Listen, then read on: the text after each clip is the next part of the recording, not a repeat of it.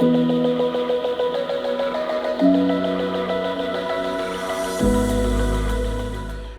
good morning, good afternoon, good evening, wherever you may be. I'm Gavin Lambert, Director of the Iverson Health Innovation Research Institute here at Swinburne University of Technology in Melbourne.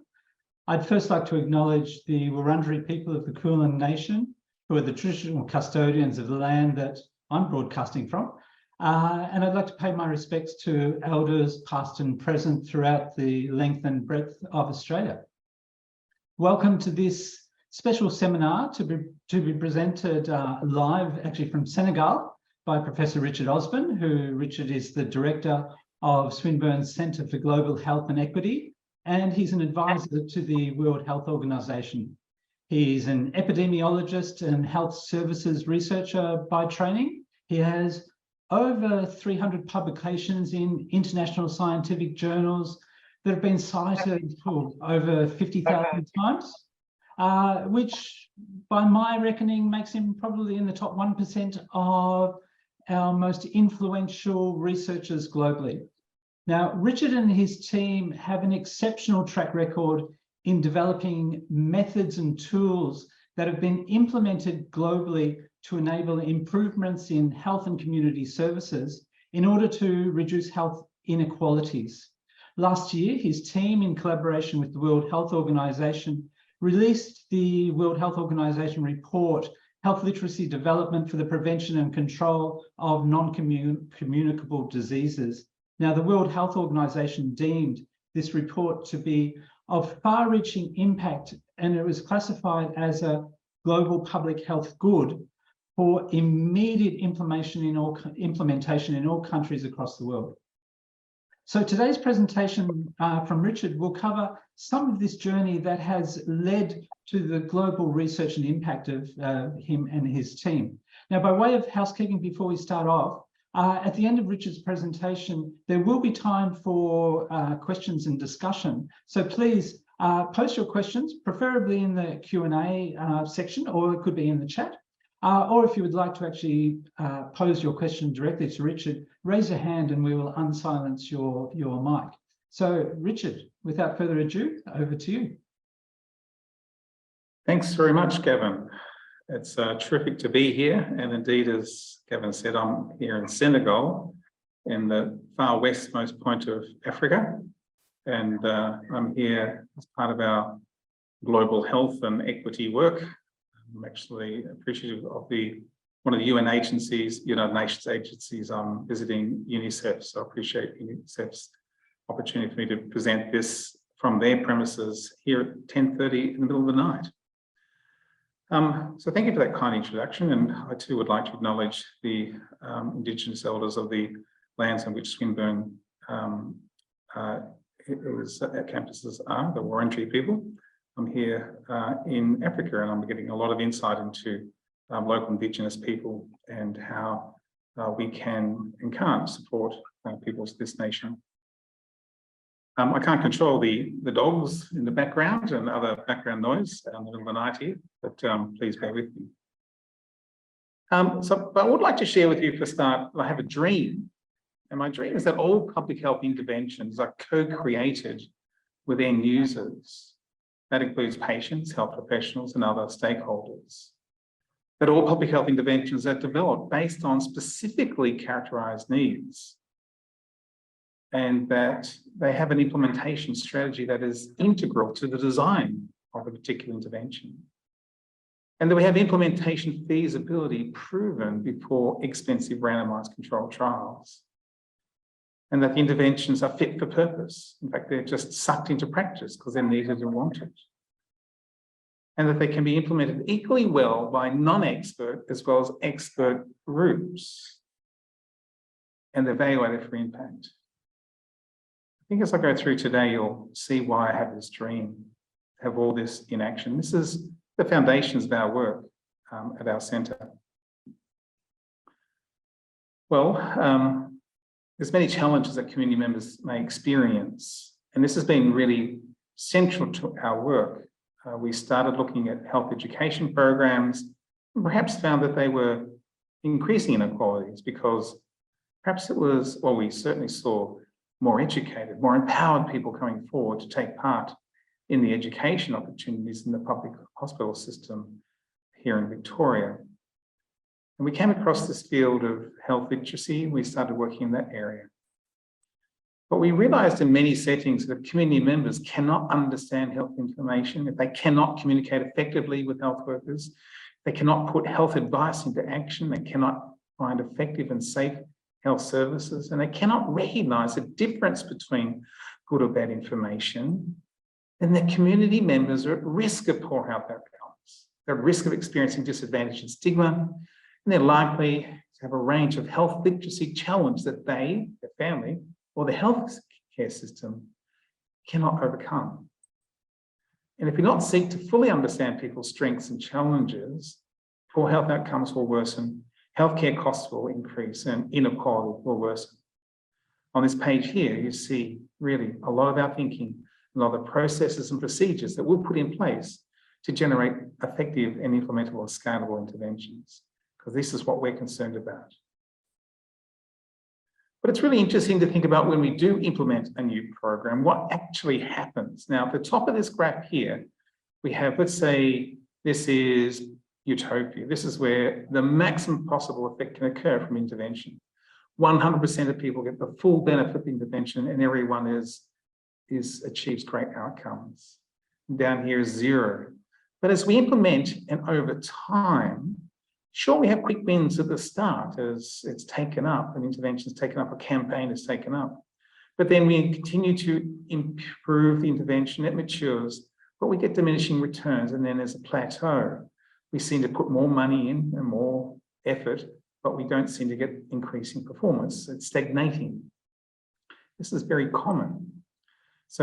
But generally, most interventions we develop, they're one size fits all. So they're designed for the average community member, and we try to implement it wider and wider, this process, or intervention, which is for the average person. We do believe we could optimise and improve various strategies by really taking health literacy into account, really understand the average health literacy population. We can improve interventions so much. But really, if we're going to move from that 60, 70 or 80% to 100%, we really need to understand health literacy and develop health literacy informed strategies that build on the strengths-based approaches and informed by people's needs and preferences, the full spectrum of people in the community. What are their particular needs and preferences for services and interventions and education? So really need to understand health literacy diversity. This is a big part of our thinking. But we've sort of observed a paradox in public health. So my background is epidemiology. This is a problem describing sciences. We've got global burden disease as counting, with anthropology and many other fields which describe really well what's going on in the community. But then we've got evaluation sciences, we've got randomized controlled trials, economic evaluation, program evaluation, and other kinds of evaluation. We're getting pretty good at epidemiology in describing, perhaps we're getting really good in some sectors in evaluation, but what about this thing in the middle? Intervention development sciences. Often I would ask, who in the room has done, who's an intervention development scientist, who's done a PhD in that or a master's in that? Has anyone done a short course? And almost no one in all the audience say, yeah, I'm an intervention development scientist. We're weak at this. Here we are in public health and health services research, trying to improve service and outcome. And yet there's very little method out there, very little discipline, very little science behind how do we actually build an intervention. There is a short course you can do in the Netherlands on implementation mapping, but that's about it. So we've been working on this. We've been working on this and we've developed a particular manual called the Ophelia manual, the Optimising Health Literacy and Access. And this is what I'll describe today and how we come to have this manual. But we do have many other things. We've had to think about why is our work and many other people's work often not reproducible. So most research is not reproducible. Here's an extraordinary article in the journal Nature, led by Glenn Begley, an extraordinary scientist who was originally an oncologist at the Royal Melbourne Hospital in Melbourne, but then had very senior positions in the UK and then very senior positions in basic sciences in the USA. Most research is not reproducible. Most of what we do isn't reproducible. It's just waste. So this is an extraordinary claim, but there's a huge amount of evidence around it. So at our universities and our research centres, we're producing research, we publish research, but is it ever used again? Is it ever reproduced again? What is reproducible in public health is one of our inquiries. Also, why might research not be reproducible? And does this matter? My goodness, it matters. We're using public monies to develop and implement with making claims in our ethics applications and our consent forms that we're doing something for a particular public good. How do we overcome this? This is also part of our inquiry.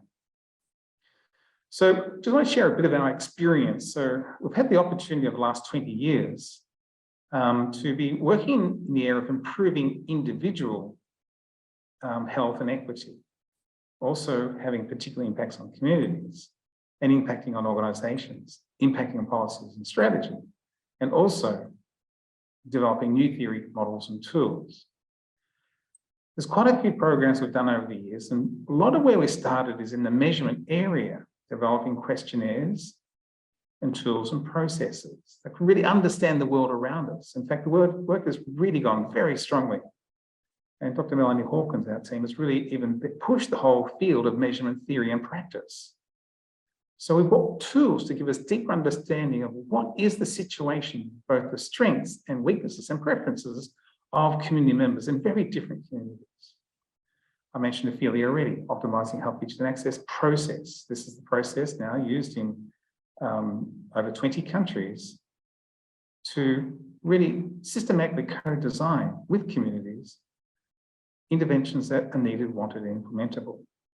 And we've implemented Ophelia and I'll do a case study shortly about improving breast cancer screening in Victoria. Our tool, the Health Literacy Questionnaire, is in the ABS, Australian Bureau of Statistics National Health Survey. So all Australian researchers have baseline and reference data for the Health Literacy Survey developed. And we've worked with the Australian government. We've worked in governments in the Mekong, in Cambodia, and in Laos to develop community health literacy measures. When I was at the previous university at Deakin, I set up the world's first collaborating centre for health literacy, WHO Collaborating Centre, and then worked in other areas with WHO in various commissions. And actually, we've been commissioned by WHO to do capacity building and health literacy development in a wide range of countries. So they're the previous history. And I won't go through our current or recent projects. I'll go through this a bit in the end. So a lot of our work is really informed by this extremely diverse range of projects we've done, where we always seeking to have real impact on communities or develop useful tools that are widely taken up. So what is health literacy? Health literacy is a way to understand health and health information needs. It's why some people struggle to look after themselves, but why adhering to medications and lifestyle change can be so difficult for some people, and why many of our interventions are so ineffective, have low uptake, and are unsustainable.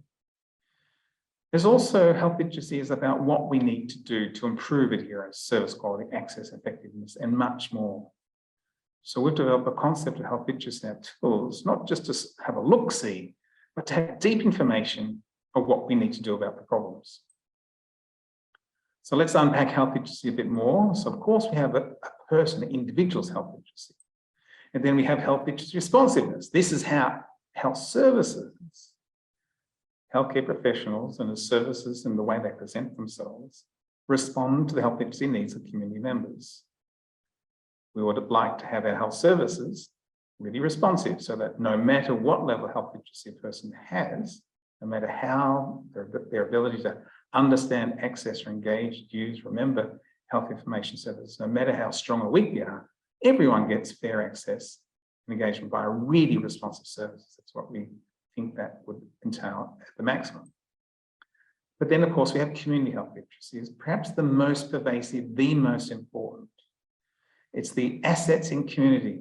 It's that person in your family, in your community, in your village, in your workplace, who has the highest health literacy, who is a peer leader, who is a helping people, talking to people, who is the most knowledgeable in 7 of the 8 billion people in the world, people live in communal societies where health is not an individual decision-making process at all.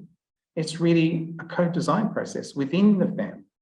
It might be the grandmother, it might be the community leader, it might be, a peer group of young women, it might be the most health literate person in that community. So community health literacy ends up being the most powerful, most important, particularly with digital health literacy issues at the moment, with misinformation and disinformation, where the community can have an extraordinarily strong effect on people and individuals. But let's have a little bit of a retrospective look here at the previous approach to health literacy measurement. A lot of the literature, if you look up the literature and read papers from 5 years back and more, and even today, there's a lot of papers still using health literacy tests, which is really health-related reading and numeracy tests. Can a person read a particular paragraph, or can they do some adding up? And most of this research has been looking at association studies, so just correlations, no causal inferences can actually be made, although a lot of people do for science. Low health literacy has been correlated with inadequate knowledge about the healthcare system, increased hospitalization, poor access and utilization of health services, and increased risk of poor health events. So that's health literacy measurement, which is just being one dimension of reading and writing related numeracy and comprehension. It's exciting. 10 years ago, we decided we needed to develop the Health Literacy Questionnaire. We can't really ask anyone, what do you think your health literacy is? Because health literacy term itself is very ambiguous. It's very idiomatic. It's can't really be translated to any other language directly because it doesn't make sense. It doesn't make a lot of sense in English, really. But it's a big concept, as you'll see, and unfolds during this presentation.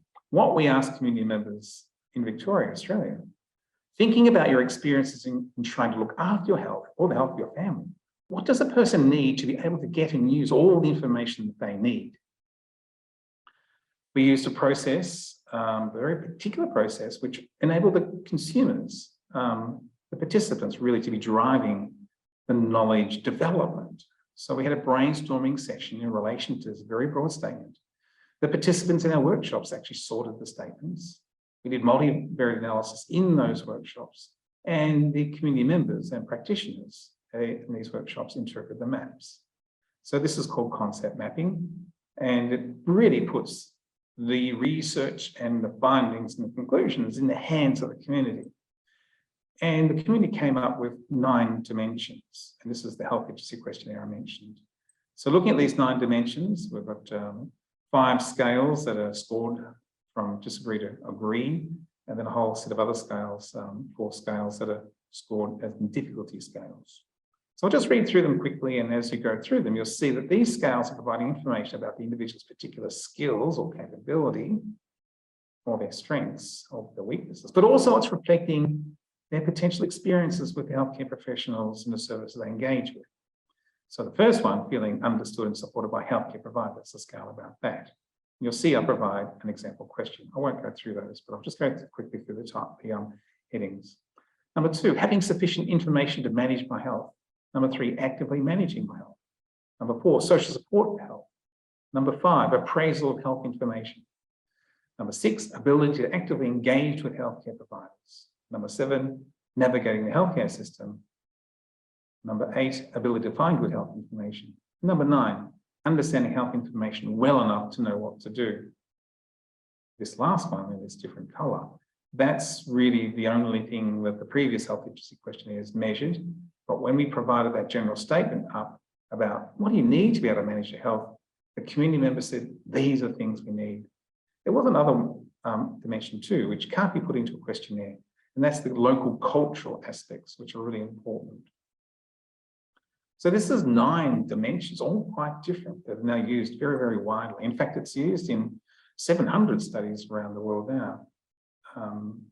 I get more than 1 inquiry per day from this particular questionnaire, but we're actually getting more than 1 inquiry per day for our health literacy development tool too, the Ophelia. So it's really taken up in many countries. We've got 35 languages, and it's in 62 countries. So it's really very exciting to see the uptake and the continuous uptake and the reuse of it. And it's actually being used to extraordinary range of areas and really getting useful public health conclusions. It's a very exciting piece of work. But we're very interested in the quality of the questionnaire. And when we developed it, this is a fancy diagram for those of you into structural equation modeling, affirmative factor analysis. This is a very strong model showing it is actually a very stable model. I won't go through what this means in detail, but we're seeing this particular model reproduced in many other countries, which is extremely rare for questionnaires. This is a French paper published. Here's a Slovakia paper.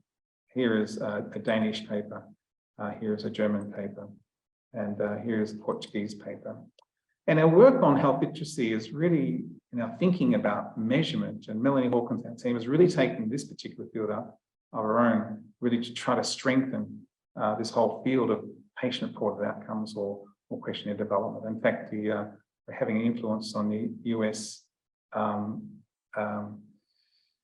FDA Food and Drug Administration. We're part of teams to influence how different organizations and companies and theorists use validity testing. So that's another exciting theoretical approach we're actually able to contribute to internationally.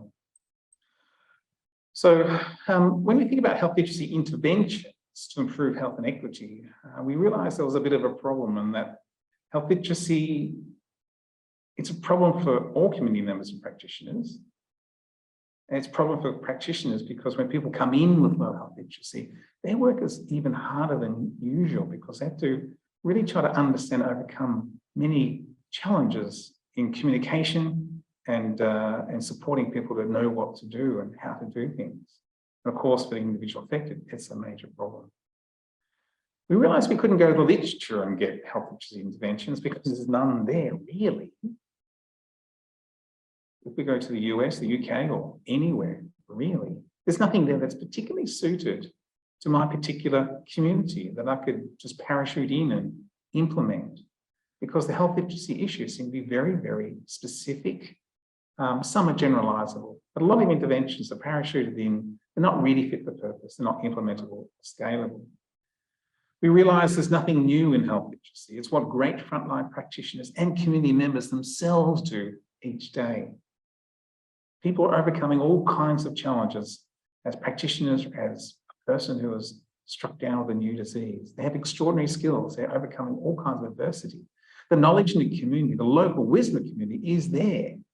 So our solution is to use the information, the knowledge, the wisdom from community members and great practitioners and the managers and also the literature to develop interventions. And this is at the heart of Ophelia, optimizing health literacy, our intervention development process. Ophelia is, we use health literacy thinking to connect people at all levels of the community in co-design, prioritization, and the implementation of locally designed fit-for-purpose solutions. What's important with Ophelia is that we did seek from day one for it to be widely used, taken up and scaled. Because there are so many different settings in the world, we can't have a lock, step and barrel, a very formulaic approach to building an intervention.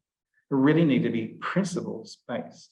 So Ophelia has these 8 very specific principles which really support teams to head about doing co-design intervention development in a very responsive way, really trying to reflect the local cultures. So I'll just run through them very quickly. So Ophelia principles include focusing on outcomes, driven by equity, driven by local wisdom, diagnosis of local needs, using a co-design approach, being responsive, applying it across systems, and sustainability. You may potentially have another principle which is evolved in day one all through the Ophelia process. We're looking at scalability now too, not just sustainability. We're building processes to be transformations and scalable programs. Okay, so Ophelia has 3 phases. Phase 1 is identify the strengths, needs, and action areas. Phase 2 is to select, plan, and test health literacy actions. And phase 3 is to implement, evaluate, improve health literacy actions.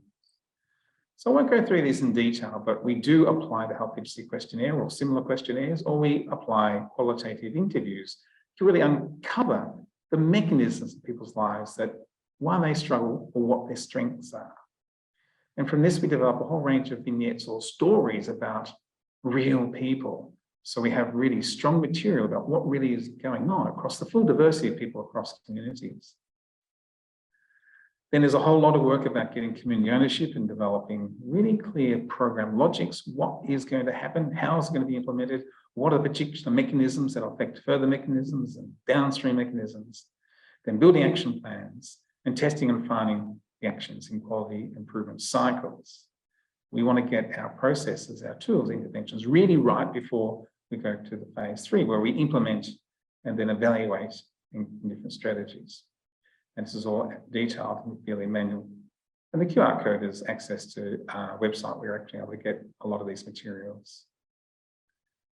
I'm going to give you now an example where we were asked by the Victorian government to work with Breast Screen Victoria to improve screening and under-screened particular groups. That was in Aboriginal women and then also in Arabic and Italian speaking. So our aim was to increase screening under screen groups. We applied the 9-dimensional Health Literacy Questionnaire in target languages, and these were implemented by bilingual co-workers. We had teams of people within these particular groups co-designing with us. And here's one of our Arabic-speaking teams. And we really had a lot of input from community, which is very characteristic, not just of the people were trying to improve screening, but also the staff at a particular clinic in Western Melbourne, where we did the first pilot. Now, what we did with our co-design, I'll go through shortly the co-design process in detail, but we had 244 ideas generated from these groups. Many of these ideas were really novel. Some were not novel, but already being done, but not done well enough.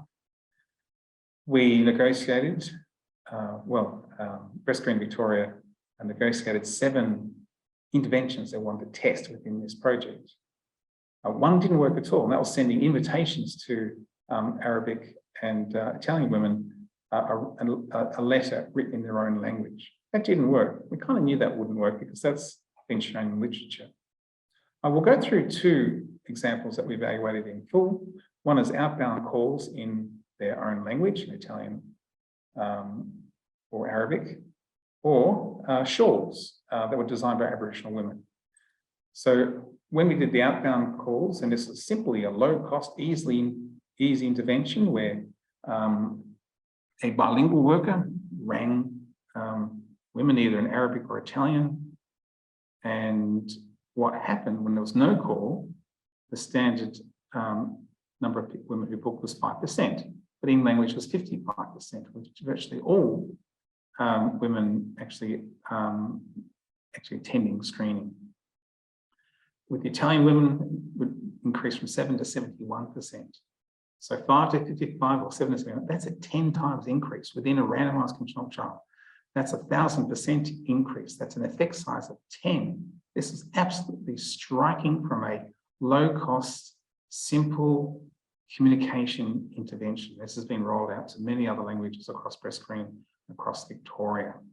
Really impressive intervention, low cost, and it's routinized in breast screen Victoria. Really exciting impact. We published this in a journal, and you're welcome to look at that. The other one was incredibly interesting. So in one of the yarning workshops, an Aboriginal woman said, "Oh, there was something interesting going on in New Zealand. Let's get together and create our own shawl so that when we get screened, we can feel culturally safe." Partnering with the key bodies took place. Now there's a group booking model. Women come together in a community across Victoria, in their own community. They do their own capes and shawls, and they come together as a whole community. Rather than none or one woman turning up, the whole community turns up. Very, very successful trial. In fact, it's so successful, it's gone across Victoria. We did one session in Victoria, one trial in Victoria, now it's across Victoria. Incredibly successful. In fact, it's very much owned by the Aboriginal community. They've got their own documentary now. It's really exciting, incredibly effective. Not only are we becoming a breast cancer screening, but they're getting health promotion in many other areas as well. Really terrific, and and then there's trials in other states as well. The next thing I want to introduce you to, and a quick change here, into digital health literacy. We saw, indeed, that sure, we have health literacy, but the world is moving very much in a digital fashion. And this is published in 2018, our new questionnaire for e-health literacy. This now is used in over 30 countries and really been taken up very, very rapidly. This is a 7-dimension questionnaire. We used the same process before, a seeding statement. We did the whole process of community members sorted and rated. This was co-designed in Denmark. We ran these workshops with citizens and practitioners in Denmark and also in London with a wide range of stakeholders. We also did a global e-consultation as well across 22 countries.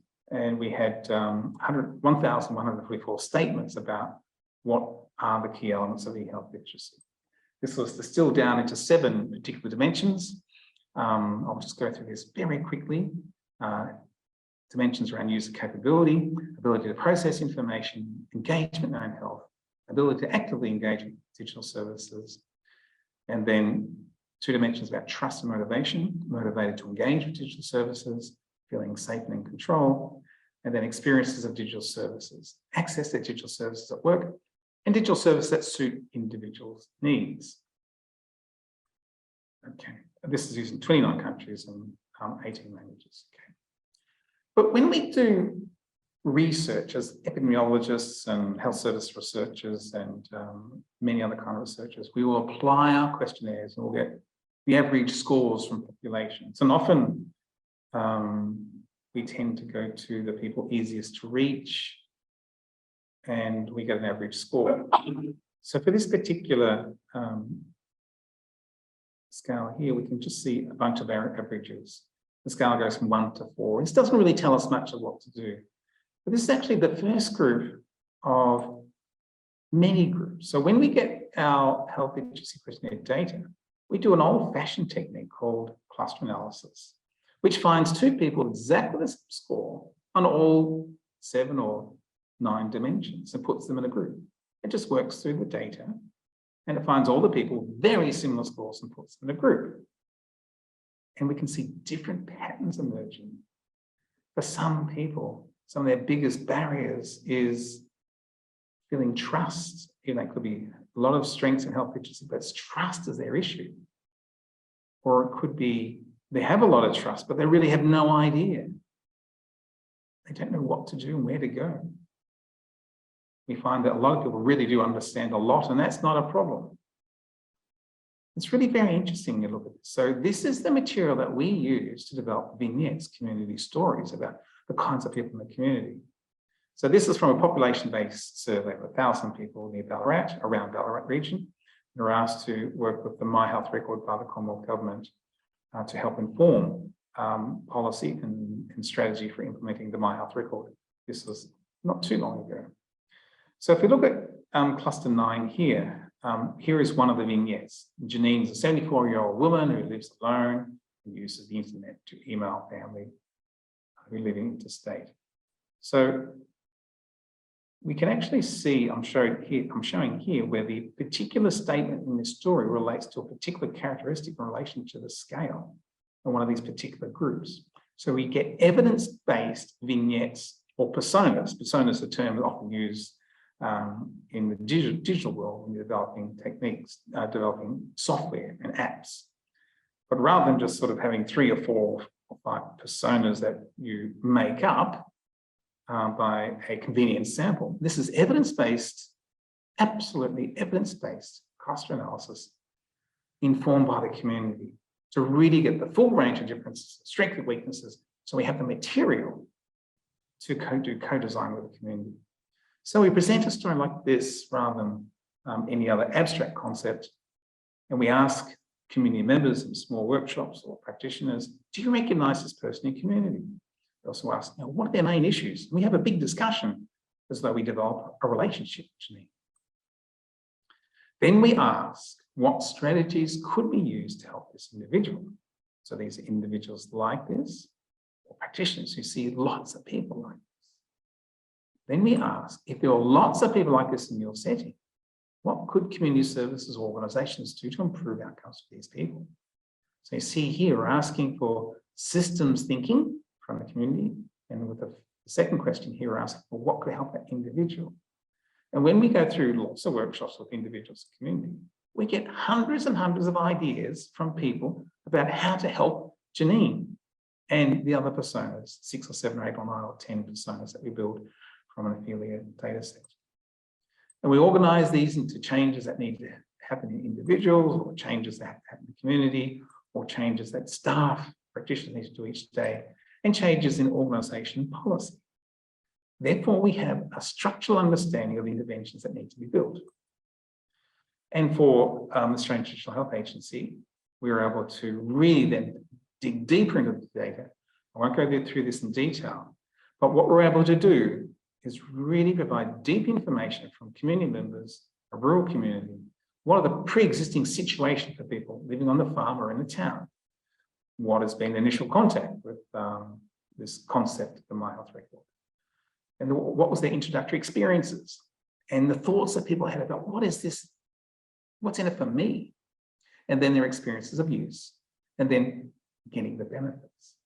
So we're able to map a really carefully structured program logic and detailed information about what happens for people over the journey to getting the benefits from a particular, around a particular issue. A really powerful process. So the Ophelia process informed by the EHLQ and the HLQ. It's informed by community members, practitioners, and technologists to ensure the whole system and all the stakeholders' experiences are mapped and included. Okay, so that's, we published a paper related to that just this year. So that's, just last year, so that's all the direction. So the last case study I want to go through is work we did for the Mental Health Commission in New South Wales. We're asked to develop a, health literacy responsiveness education training framework to be implemented across all the PHNs, the primary health networks in New South Wales.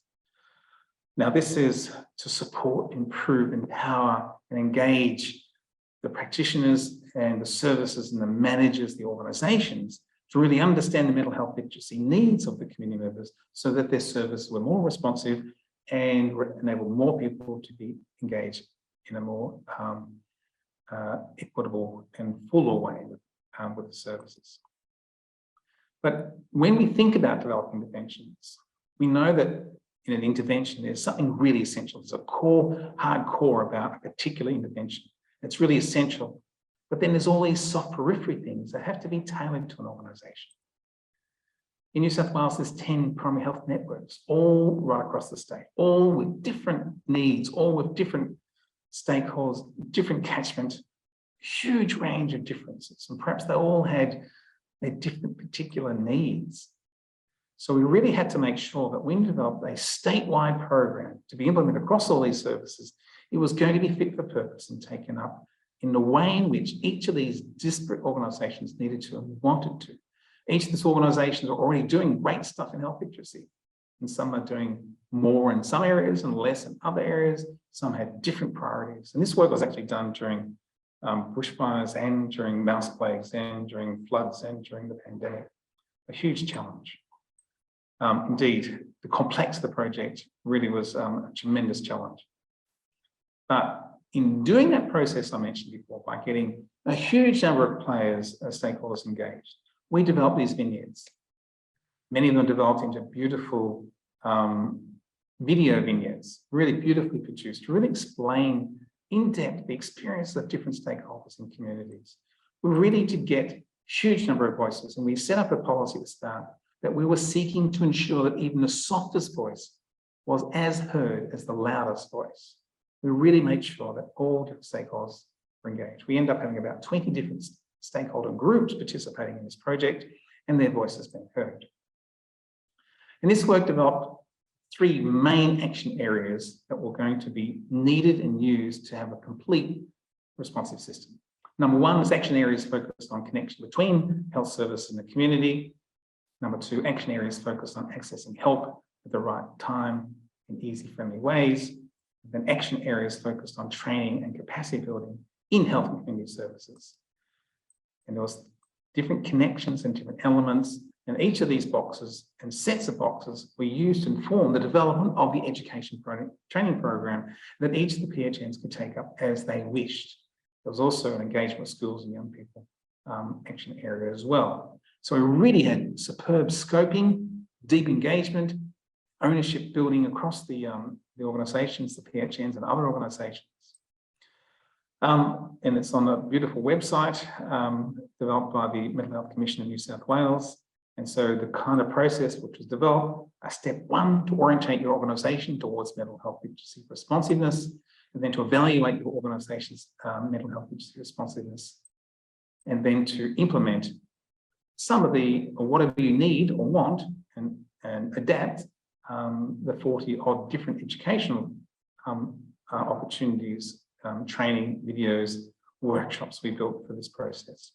And the Commission then funded us to develop a digital process which will be implemented as a quality improvement tool to support organisations to improve their organisation. So this is in development in partnership with some of our superb stakeholders across the university. Okay, so we're nearly at the end of the presentation. So I've gone through some of these presentations, some of these concepts that we've done here. I'd just like to mention a couple of the really interesting work we're doing here with our PhD students' work. It's really incredible.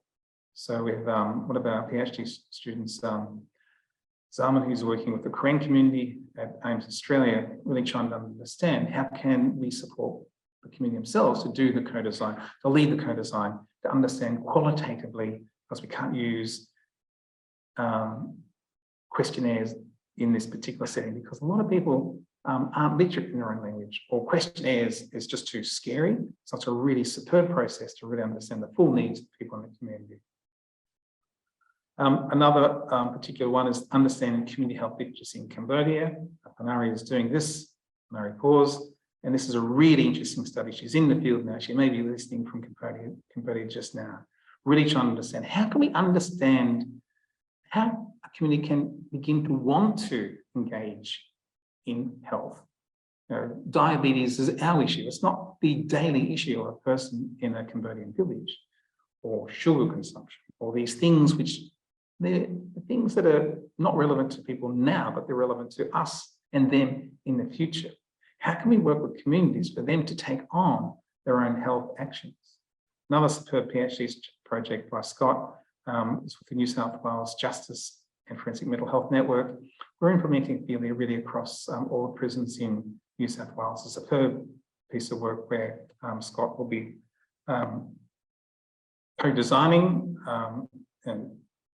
with many Aboriginal people, because it's such a high proportion of people in the system, doing yarning workshops, and then co-designing with justice staff as well as health staff to co-design better ways to improve health outcomes in that sort of setting. And then, as sort of introduced at the start, there's the WHO development report, which has been a huge amount of work from us over the last 5 years, really. I will mention that briefly just now. We've got a paper in BMG Global Health. So it's 4 volumes, really about the what, the how, the why, the what, and the how to do health literacy development. The key issue here is that WHO, many organisations have big picture policy.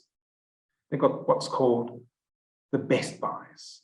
They're the interventions that have extraordinary evidence from all around the world. Countries simply need to implement them now because they're evidence-based. They will save lives. They will be cost-effective. But again, therefore, the average population, aren't they? We need something alongside that, which is health literacy development, to build locally relevant, particular interventions for those people who fall through the cracks, those people we typically don't reach, those people we're not doing well enough with. So in volume 3, we recommend how a country can actually go about doing their work. And one of them is to target particular priority groups.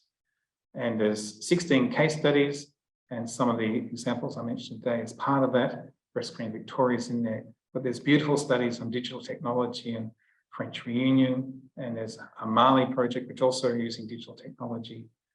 Beautiful projects in Denmark about cardiovascular rehabilitation, and there's a whole schools project. The Irish Heart Foundation is building, using Ophelia, a national program to reduce obesity, to reduce future heart disease in children. So really empowering, exciting demonstration projects. And I must also add that this artwork is done by Nina, one of our students who was here at Swinburne. So we collaborated with arts and design for some of the design in this report. So really proud to have been able to contribute to the design lab and that team there. I'm sure there'll be a question from that team coming up. So the demonstration project's becoming very widely used, and we're excited about that. Particularly digital Ophelia will be taking up in many settings. So our interest in improving global health. 13 years ago, we had our first Ophelia manual. WHO had also asked us to do a manual for low and middle income countries. And we developed the Health Literacy Demonstration Project concept. What the Ophelia manual has just come out for the WHO report. And we're excited about what we're going to be developing over the next few years on this foundation of this work we've done so far. So just a last slide, I think. So what you've actually seen here is an example where we're not doing top-down development. So when you've got top-down approach, you've got governance that's distilled from diverse communities. You've got leadership and evidence-based improvements that can have profound impacts on communities, like seatbelts, like laws, and preventing smoking in young people.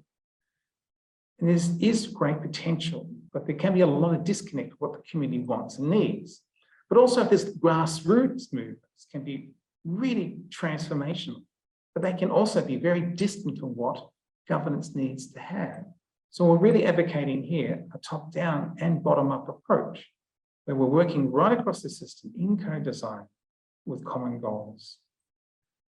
So indeed, we do have a lot of research which is not reproducible, but our Ophelia approach, our methodological approach, really seeks to co-design, build, test, and by the end of the project, it actually gets sucked into practice because it's needed and wanted.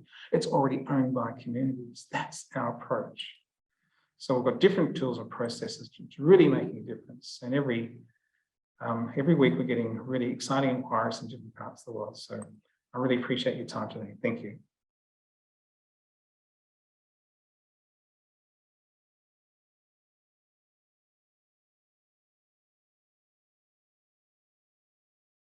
So I'll hand over to Gavin and Paul for questions, except they're on mute. Great, thank you very much, Richard. I think I might have just had a dodgy internet connection at that point. Thank you very much for your presentation, and congratulations to you and your team for all the work. We've got around about 10 minutes and we've got a few questions in the Q&A. So I might just quickly jump into those. So Richard Luns has asked, how do you overcome cultural and other biases such as gender, power, whilst you're doing your work? And how do you overcome communication in different cultural settings when acquiring information? Power is the most important element of all this. So we overcome that by giving power away. At the first Ophelia meeting, right from when we developed Ophelia, we say, this is the last meeting we're chairing. This is about you and the people you want to serve, that you developing interventions for them. So Ophelia is a method to systematically develop the processes. And we really seek for the method to be used and led by community. So it's a real big challenge. We have to give power away to the key stakeholders for them to lead this. When universities go in and do it to organizations, guess what happens? There's no ownership. So the communication is primarily by the organization. When we did a tremendous project led by Shindell Elmer and my team in COVID in Victoria, in social and public housing, we really sought for it to be led by the different communities. We had people who are very clear about what the purpose of the work is, and we're able to really have these vignettes, get knowledge and get that shared, rather than waiting 15 years for research to impact. It was 15 minutes. That's the key thing. we're using local wisdom, local knowledge that's wanted, needed, that gets immediately implemented. That overcomes so much of the barrier issue and the power issue. It's not about us, the academic, it's about the people we're trying to serve. Okay, fabulous. Louise Dunn asks, how do the intervention development sciences align with health promotion planning models such as PREDEED, PROCEED, or frameworks such as the socio-ecological model of health to assist in the development of health interventions? Yeah, and there's many other models too. All those models are useful for different people at different times. They're all useful. But what you're going to be aware of is that for some people, one particular dimension is important, another dimension is important. The Health Literacy Questionnaire provides what to do on Monday morning, what's going on for an individual now. It's actually grounded in people's real lives. The words of the questionnaire are from the hearts and minds and mouths of people in the community. So it's much more grounded. What we find is that these other models are useful, but all models are wrong. Some are useful, they're just models. And a lot of those models have been found to be pushed by academics because they're an academic industry, if I may say so. So that's a challenge in health promotion. But basically, this is health promotion by really listening to people and really developing what's needed for frontline people, but in very diverse and tailored ways. And Mohammed Qurashi asks, there could be potential scenarios where populations under specific socio-cultural influences cannot and do not utilize their health information. Could we have certain tools that help us to implement global research without challenging, contradicting local health beliefs? Oh, that's a beautiful question. Thank you. Absolutely. And you have to go where the strength is. You've got to understand where the power is. So working with one of our wonderful colleagues, one of our honorary professors, Kenneth from Cameroon, he was able to work with the communities, and he sat down with the community leaders, the elders, and with the ancestors. He was able to work with the community and the leaders to really enable the elders to explain to the ancestors that, oh, in your day, ancestor, we didn't have these things called diabetes and heart disease. And it seems to be this diet that we're eating now. We need to celebrate you. We want to celebrate you, and they got permission from their ancestors to change their diet. So that's an example where you work with the local governance, you work with an Indigenous system for them to do it their way. Because everyone in different communities are struggling, some are succeeding in difficult circumstances. There's amazing local wisdom out there, and that's what we're looking for. There's people who living side by side. Some people have an unhealthy lifestyle, others have a healthy lifestyle, and some change. Ophelia seeks to find out what magic happened for someone to change. What magic happened when a particular community worker is able to enable people to do things differently within that social and cultural context.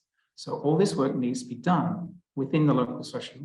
We go in and commit epistemic injustice. We go in and don't really listen and hear and able to hear what the community structures and mechanisms are, then it's not going to work. So it's very much part of it. So thank you for that question, Mohammed. And Richard, you articulated in your presentation about your work in mental health. So Ophelia, of course, works for mental health issues as well as physical health conditions. You articulated also that you worked in cold populations. There's one question here from an anonymous attendee that, how does the Ophelia framework differ from Jorm's framework that also focus on mental health literacy?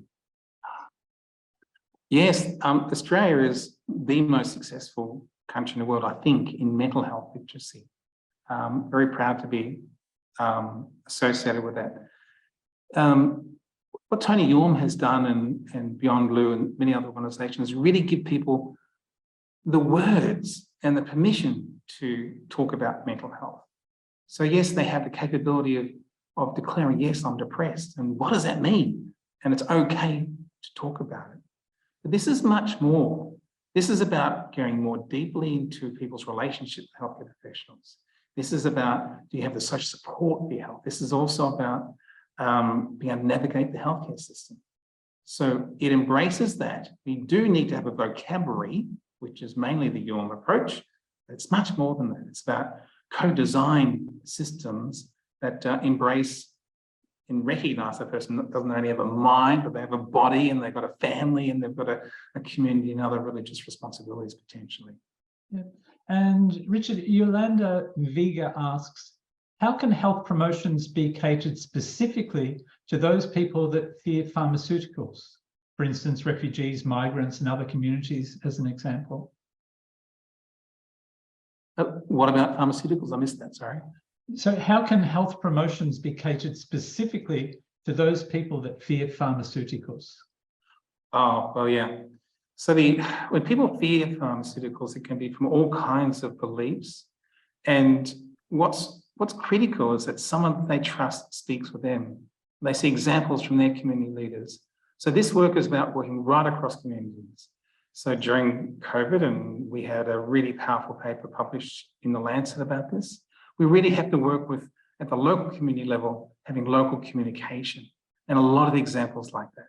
And what we saw with the digital health work is that, sure, there's fear campaigns about digital health and security and about vaccines. But the extreme majority of people are not having any problems. In fact, they're doing well. And so what we need to do in health promotion is just having literally thousands of messages. It's Mr. Jones went to the emergency department, got medicine, went home and got better. And that's what happens to virtually everyone all the time. So we have to use that mass media on positive messages. And that's what WHO did very well with COVID.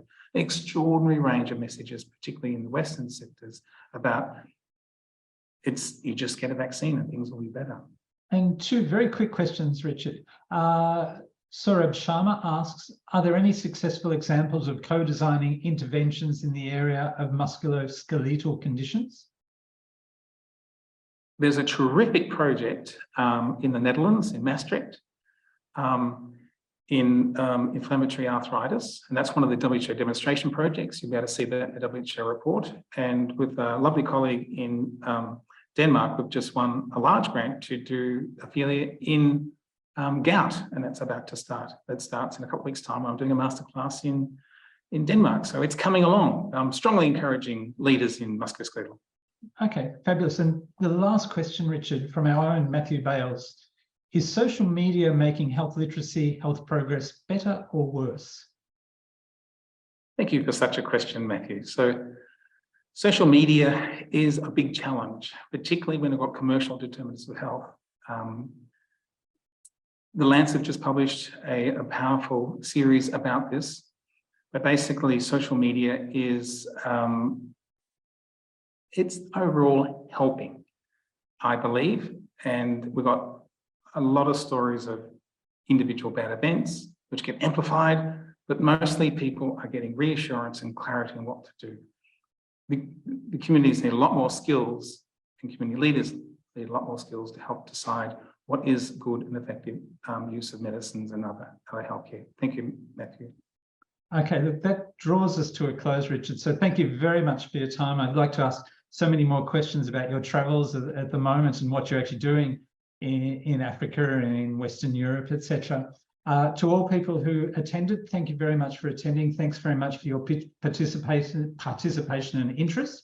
Now, this should only sort of whet your appetite. We are on campus. We're doing our work in this particular area. Please reach out and engage. We'd very much like to listen to you, hear you, and possibly also work with you. My understanding is that the recording will be available and an invitation will be sent out to all those who registered for an event. So please follow that particular information, catch up and follow us. We're very easy to catch up with at Swinburne. Okay, thanks very much, Richard. Thank you very much for all your attendance. Thank you also, Paul and team, for helping to organise this event. Cheerio. Thank you, Gavin. Thank you, Swinburne. Thank you, HMRC, for the funding.